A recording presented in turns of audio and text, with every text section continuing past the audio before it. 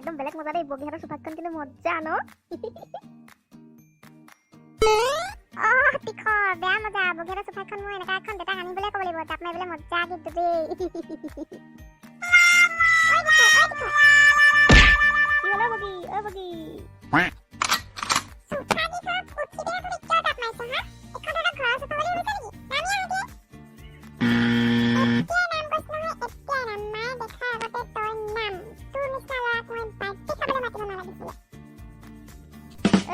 তই যে এই মুখ যে অকল দেখিছ সোফাখনত জামাই থকা এই ওচৰৰ এইটো দেখা নাই নেকি